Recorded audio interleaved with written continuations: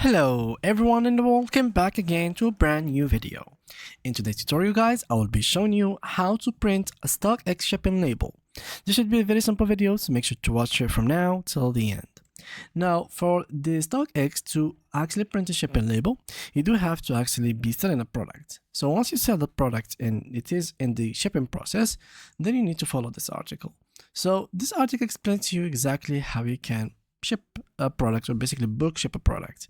So once your items are sold, you should visit your Stockx profile.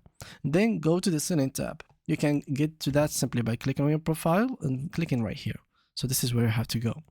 So once you get there, select pending, which are basically the products are still pending, not sold or not shipped already, and choose the item you'd like to ship together, or any item that you would like to ship. So select box items at the bottom of the screen and confirm you have the correct items selected for your box shipment. Then select create shipment to generate a shipping label. You will see your bulk shipment with your items in the pending section where you can view or print label. Then what's left to do for you is to select the print label and follow the book shipping instructions, or basically follow the normal shipping instructions. So it's very simple and easy. All you need to do is to go ahead, go to the seller section.